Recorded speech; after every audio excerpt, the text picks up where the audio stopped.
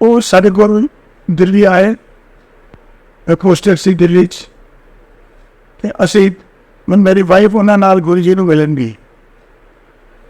ਗੁਰੂ ਜੀ ਨੂੰ ਮਿਲ ਕੇ ਵਾਪਸ ਆਏ ਅਤੇ ਅਗਲੇ ਦਿਨ ਮੈਨੂੰ ਕਹਿੰਦੇ ਮੇਰੀ ਵਾਈਫ ਕਿ ਇਸ ਤਰ੍ਹਾਂ ਗੁਰੂ ਜੀ ਨੇ ਮਹਾਂਪੁਰਸ਼ ਨੇ, ਤੁਸੀਂ ਚੱਲੋਗੇ? ਮੈਂ ਕਿਹਾ ਚਲੋ ਚੱਲਦੇ ਹਾਂ। ਅਤੇ ਮੈਂ ਗਿਆ ਨਾਲ। ਅਗਲੇ ਦਿਨ ਜਦੋਂ ਅੰਪਾਇਰ ਸਟੇਟ ਪਹੁੰਚੇ ਅਤੇ ਗੁਰੂ ਜੀ ਅਜੇ ਆਪਣੇ ਕਮਰੇ 'ਚ ਸੀ ਅਤੇ ਸਾਰੇ ਮੱਥਾ ਉਹਨਾਂ ਦੇ ਆਸਨ ਨੂੰ ਟੇਕ ਕੇ ਬੈਠ ਰਹੇ ਸੀ। ਮੈਂ ਅਸਲੀ ਮੱਥਾ ਟੇਕਿਆ ਔਰ ਬੈਠ ਕੇ ਅਤੇ ਮੈਨੂੰ ਕ੍ਰੋਸ ਲੈਗਡ ਬਹਿਣਾ ਥੋੜ੍ਹਾ ਮੁਸ਼ਕਿਲ ਲੱਗਦਾ ਹੈ, ਔਰ ਉੱਥੇ ਕਿਉਂਕਿ ਮੈਕਸੀਮਮ ਸੰਗਤ ਨੂੰ ਜ਼ਿਆਦਾ ਚਾਹੁੰਦੇ ਸੀ ਅਤੇ ਸੇਵਾਦਾਰ ਥੋੜ੍ਹਾ ਪਿੱਛੇ ਸਭ ਨੂੰ ਕਰ ਰਹੇ ਸੀ। ਮੈਨੂੰ ਔਖਾ ਲੱਗਣ ਲੱਗ ਗਿਆ ਔਰ ਥੋੜ੍ਹਾ ਜਿਹਾ ਚਿੜ ਵੀ ਗਿਆ। ਮੈਂ ਉੱਠ ਕੇ ਆ ਕੇ ਬਾਹਰ ਬੈਠ ਗਿਆ ਬਰਾਂਡੇ 'ਚ, ਅਤੇ ਬੱਬੂ ਆਂਟੀ ਅਤੇ ਉਹਦੇ ਨਾਲ ਮੇਰੀ ਨੀਸ ਨੈਫਿਊ ਸੀ, ਉਹ ਉੱਥੇ ਹੀ ਨੇ। ਬਾਅਦ ਜਦੋਂ ਲੰਗਰ ਵਰਤਾਇਆ ਗਿਆ, ਜਦ ਤੱਕ ਬਾਹਰ ਆਈ, ਬੱਬੂ ਆਂਟੀ ਅਤੇ ਬੱਚੇ ਉੱਥੇ ਹੀ ਰਹੇ। ਇਹ ਲੰਗਰ ਤਲੇ ਅਰਾਊਂਡ 'ਚ ਖਾ ਲੈ ਕੇ ਫਿਰ ਬਾਹਰ ਆਏ। ਬਾਹਰ ਆ ਕੇ ਮੈਨੂੰ ਕਹਿੰਦੇ ਜੀ ਲੰਗਰ ਇਹ ਨਹੀਂ ਜਾਣਾ ਤੁਸੀਂ? ਮੈਂ ਕਹਿੰਦਾ ਮੈਂ ਨਹੀਂ ਹੁਣ ਲੰਗਰ ਹੀ ਖਾਣਾ ਰਹਿਣ। ਅਤੇ ਇਹਨਾਂ ਨੇ ਜਾ ਕੇ ਹੱਥ ਧੋ ਕੇ ਵਾਪਸ ਆਏ। ਕਹਿੰਦੇ ਚਲੋ ਫਿਰ ਗੁਰੂ ਜੀ ਦੇ ਕੋਲ ਮੱਥਾ ਟੇਕ ਕੇ ਤੇ ਆ ਗਿਆ ਲਈਏ। ਮੈਂ ਕਿਹਾ ਗੁਰੂ ਜੀ ਨੂੰ ਮੱਥਾ ਟੇਕ ਤੇ ਦਿੱਤਾ, ਹੁਣ ਕਿੰਨੀ ਵਾਰ ਮੱਥਾ ਟੇਕਣਾ? ਕਹਿੰਦੇ ਨਹੀਂ, ਉਦੋਂ ਤਾਂ ਉਹਨਾਂ ਦੀ ਕੁਰਸੀ ਸੀ, ਗੁਰੂ ਜੀ ਦੇ ਹੁਣ ਬੈਠੇ ਉੱਥੇ। ਮੈਂ ਕਿਹਾ ਜੀ ਗੁਰੂ ਜੀ ਦੀ ਕੁਰਸੀ ਨੂੰ ਮੱਥਾ ਟੇਕਿਆ, ਗੁਰੂ ਜੀ ਨੂੰ ਪਹੁੰਚ ਗਿਆ ਅਤੇ ਫਿਰ ਦੁਬਾਰਾ ਟੇਕਣ ਦੀ ਕੋਈ ਲੋੜ ਨਹੀਂ, ਮੈਂ ਤਾਂ ਨਹੀਂ ਜਾ ਰਿਹਾ। ਇਹ ਚਲੇ ਗਏ ਅੰਦਰ। ਮੈਂ ਬਾਹਰ ਖਲੋ ਕੇ ਅਤੇ ਟੈਲੀਫੋਨ ਕੀਤਾ ਘਰ ਸੇਵਾਦਾਰ ਨੂੰ ਕਿ ਬਈ ਕੁੱਕ ਨੂੰ ਬੋਲੋ ਮੇਰਾ ਖਾਣਾ ਰੱਖ ਦੇਵੇ ਹੌਟ ਕੇਸ ਦੇ ਵਿੱਚ, ਮੈਂ ਘਰ ਆ ਕੇ ਖਾਵਾਂਗਾ। ਔਰ ਚੈੱਕ ਕਰ ਲਿਓ 2 ਬੋਤਲ ਬੀਅਰ ਦੀ ਵੀ ਫਰਿੱਜ ਦੇ ਵਿੱਚ ਠੰਡੀ ਹੈਗੀ ਹੈ, ਨਹੀਂ ਰੱਖ ਦਿਓ। ਇੰਨਾ ਮੈਂ ਬੋਲ ਹੀ ਰਿਹਾ ਸੀ ਜਦੋਂ ਮੇਰੀ ਨੀਸ ਆਈ, ਕਹਿੰਦੀ आपको गुरु जी बुला रहे हैं। तो मैं गुस्सा, मैं जरूर ਤੁਹਾਡੀ आंटी ने दसिया उन्हें। कहते नहीं आंटी ने कुछ नहीं बोला, गुरु जी ने ही बुलाया। वो होया है कि ये जब अंदर गए थे गुरु जी मत्था टेके, गुरु जी ने इन्हें जब बैठ जाओ, ये बैठ गए। फिर गुरु जी आप ही सवाल थे आप ही जवाब देंगे। इन्होंने कहते जरनैल कितने आ, बाहर खलोता, बुलाओ उन्होंने। मैं गया अंदर, when my turn came, मत्था टेकन लग गया तो गुरु जी कहते जनरल संतू? मैं क्या हाँ जी। कहते आमद कौर ईगो बहुत है? कि नहीं गुरु जी है तो आमद कौर बड़ी ईगो नहीं है। नहीं बहुत ईगो है। तो कहते कुरुम्स ट्विंस सेक्टर 16 तो स्माइल कर लग गया। मतलब कह रहे सी कि 16 सेक्टर चंडीगढ़ तेरे कुरुम नहीं, तो तेरा जरा सन इन लॉ है वो ट्विंस ब्रदर्स का एक ब्रदर है। उन्हें ये चीज़ गुरु जी ने कोई नहीं सी दस, किसी ने नहीं सी दसी, पर उनको पता लग गया, उनको मालूम था जानी जान है। तो मुझे बताना चाहते थे कि मैं सब कुछ जानता हूँ। फिर साथ ही साथ मेरे को कहते वो संधू तो जट्टा के मुरासी होते हैं। तो मेरी तरफ देखे तो मैंने क्या जवाब देना, मैं स्पाई किया और चुप कर गया। ठीक है, गुरु जी देख पहले तो अपनी कॉन्फिडेंस बता रहे, फिर देख भी रहे थे कि ये कितने की वो वाला है। फिर कहते हैं चलो बैठो, बैठ गए। उस दिन के बैठे, फिर गुरु जी के पास बैठे ही रहे। आते जाते जब भी आते थे बैठते थे, हर हफ्ते 4 दिन अटेंड करते थे। अब गुरु जी कहा करते थे कि जो लेडीज़ है ना, ये बड़ी जल्दी गुरु को मंगती हैं। बंदे जड़े हैं उन्होंने किंतु परंतु नहीं खत्म होता। तो मैं आपको इसी की मिसाल देना चाहता हूँ। मेरी वाइफ बब्बू आंटी कोई 15 साल से मैनियस डिजीज थी उनको, मतलब जो कान में फ्लूइड भर जाता है, चक्कर आते हैं, वॉमिटिंग होती है, माइग्रेन हेडेक होती है। हमने बहुत जगह चेक कराया। पीजीआई चंडीगढ़ में जो हेड ऑफ डिपार्टमेंट था, इनके मामा जी थे, उन्होंने भी किया, लेकिन किसी से वो ठीक नहीं।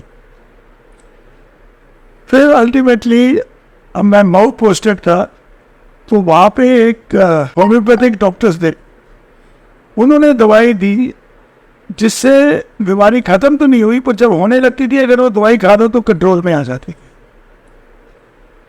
तो मेरी वाइफ उसको रखने लगी, खाने लगी, 2-3 साल खाते रहे उसको, ठीक रही उससे। अभी गुरुजी के पास हमें गए 5-6 बार हुआ होगा, मेरी वाइफ घर में आके कहती अब मेरे को गुरुजी ठीक करें। गुरुजी से कोई बात नहीं, गुरुजी से तो आप कभी भी नहीं रिक्वेस्ट करते थे, मन में कर लें और बात। कहती अब मेरे को गुरुजी ठीक करेंगे। और इससे पहले मैं कुछ बोलूँ, सारी दवाइयाँ पकड़ के खिड़की से बाहर फेंक दी।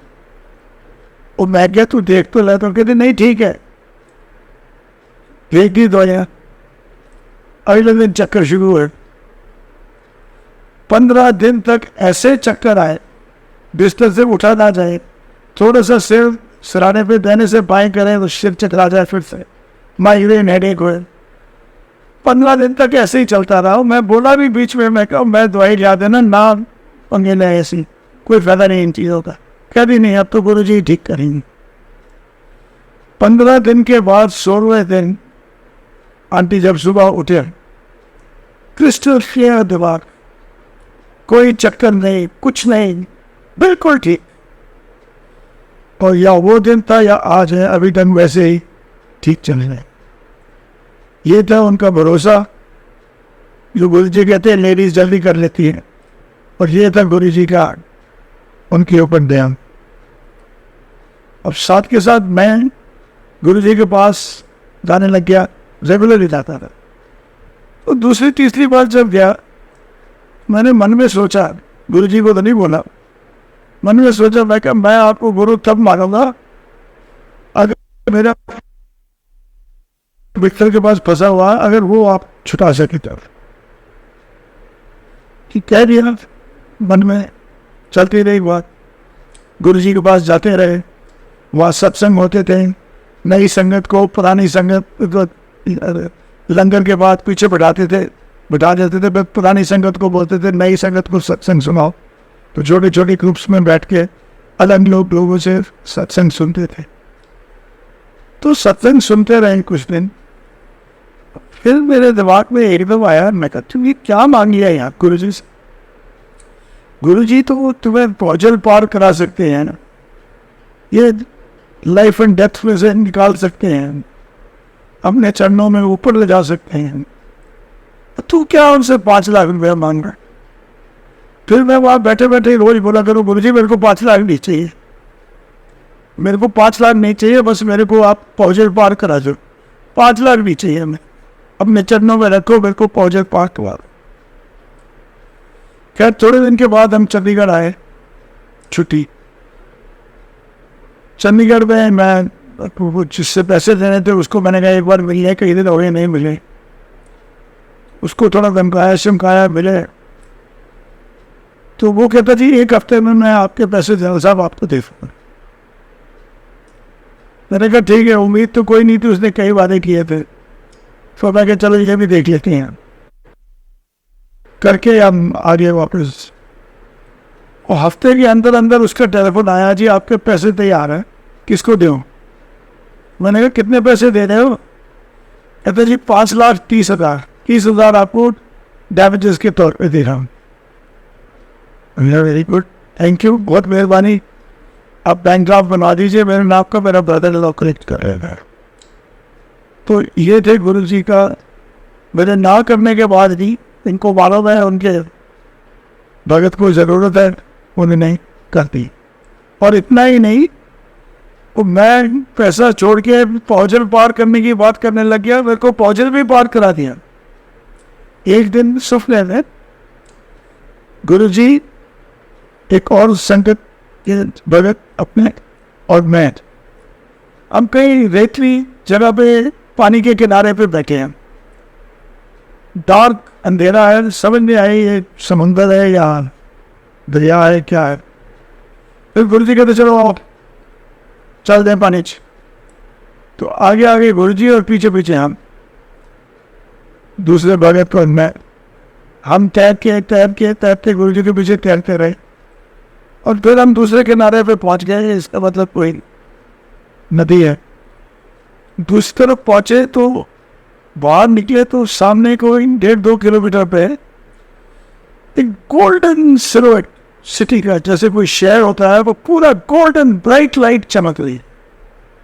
तो गुरुजी ने हमें स्वर्ग भी दिखा दिया, दूर से दिखाया, पता नहीं आगे लेके गए या नहीं। उसके बाद मेरे तो मतलब मुझे उसके आगे की ड्रीम नहीं याद, लेकिन ये जरूर है कि गुरुजी ने पौजर पार करा दिया और गुरुजी ने स्वर्ग के दर्शन करवा दिए चाहे दूर से।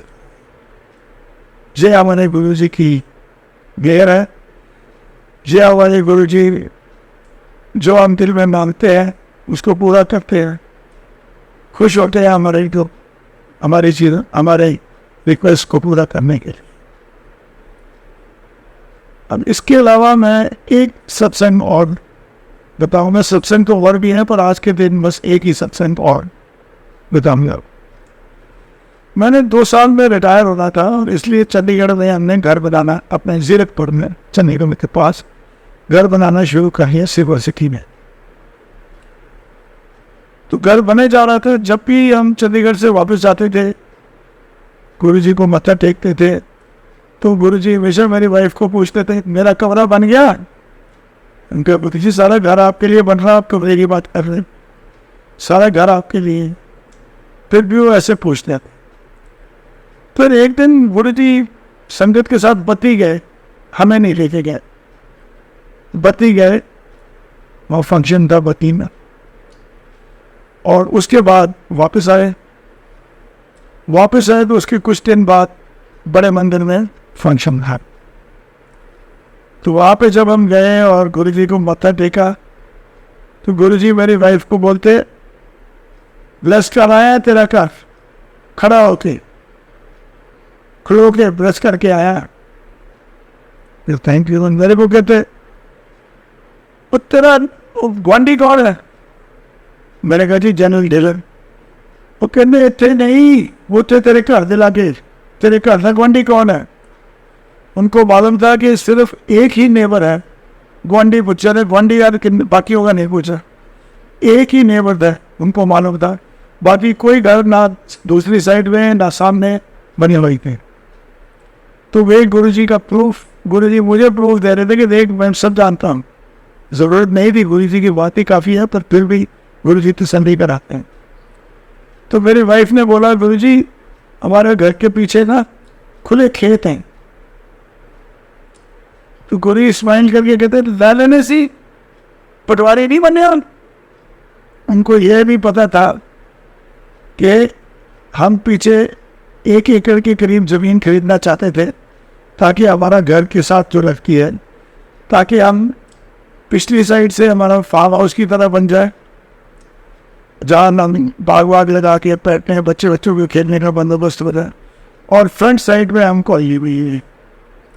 मैंने बहुत जोर लगाया, पैसे ऑफर किए, लेकिन वो बंदा नहीं माना जिसकी ज़मीन थी, और वो बंदा एक रिटायर्ड पटवारी था। इसीलिए गुरुजी ने बोला जब खरीद लेनी थी, पटवारी नहीं बना। सब गुरुजी को मालूम था, गुरुजी भी देन है, उनको पता है। खैर आस्ते आस्ते हमारा घर पूरा हुआ। जब बन गया तो हम गए गुरुजी के पास, तो मेरे मेन दरवाजे की 3 चाबी थी। मैंने कहा गुरुजी हमेशा कहते हैं मेरा कमरा बन गया, हम हमेशा कहते घर आता है।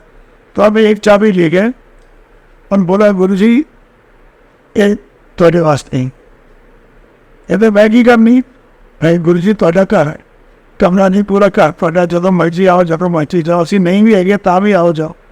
तो साढ़े कहते थे रखो। मैं कि गुरुजी साढ़े को 3 चाबियाँ हैं, इस पहले इतनी एक बार देती, 2 साढ़े को नजर भी आई। कहते नहीं मैंने चाबी नहीं लोड़ने, आधा ब्लेस किया और वापस मेरे को पुरा दी। ठीक है। उसके बाद मेरे बाबू आंटी बोलते कि गुरुजी आपने आना है। कहते हाँ आवांगे, सत्संग भी कराएंगे। बड़े खुश कि गुरुजी आएंगे, सत्संग भी करेंगे। मप्पू आंटी ने स्पेशली पता लगा के फिर उनके लिए एक चोला बनाया। और मैं पाकिस्तान जा रहा था, कोई उससे वो जूती, पाकिस्तानी जूती मंगवाई उनके लिए। कमरा की साफ सफाई तो नया था, फिर भी रखते थे उसे नई लिनन खरीद के रखी हुई। उनके जब गुरुजी आएंगे तो सब कुछ लिनन फिर और सब पूरा बिस्तर नया खरीद के रखा हुआ है, पूरी तैयारी में थी। गुरुजी ने उससे पहले समाधि ली। अब गुरुजी ने समाधि ले ली, गुरुजी का कहा तो कभी गलत नहीं है। गुरुजी तो आते हैं, आए हैं, अभी भी घर में आते हैं, इसमें कोई शक ही नहीं, हम सबके घरों में आते हैं। तो वो बात तो सच्ची है, क्या आएंगे। रही बात सत्संग की, जो राय अंकल ने अपना फोटो ग्रंथ बनाया था, उसको चंडीगढ़, पंचकूला, मोहाली, जीरकपुर की भक्तों को बांटने की जिम्मेवारी मेरे को दी गई। तो फिर हमने घर में सत्संग किया और वो होली ग्रंथ सबको बांटा। तो गुरुजी की वो बात भी, हाँ आवांगे सत्संग भी करें, वो भी पूरी हो गई। ये है हमारे गुरुजी, बहुत दया है इनकी, कदम कदम पे हमारी मदद करते, कदम कदम पे हमारी रक्षा करते, कदम कदम पे हमारी भूल चूक जो है उसको माफ कर देते हैं। ये गुरुजी की क्या। आज के लिए मेरा बस इतना ही सत्संग। सारे संगत को मेरी तरफ से और बब्बू आंटी की तरफ से नमस्कार। जय गुरु जी।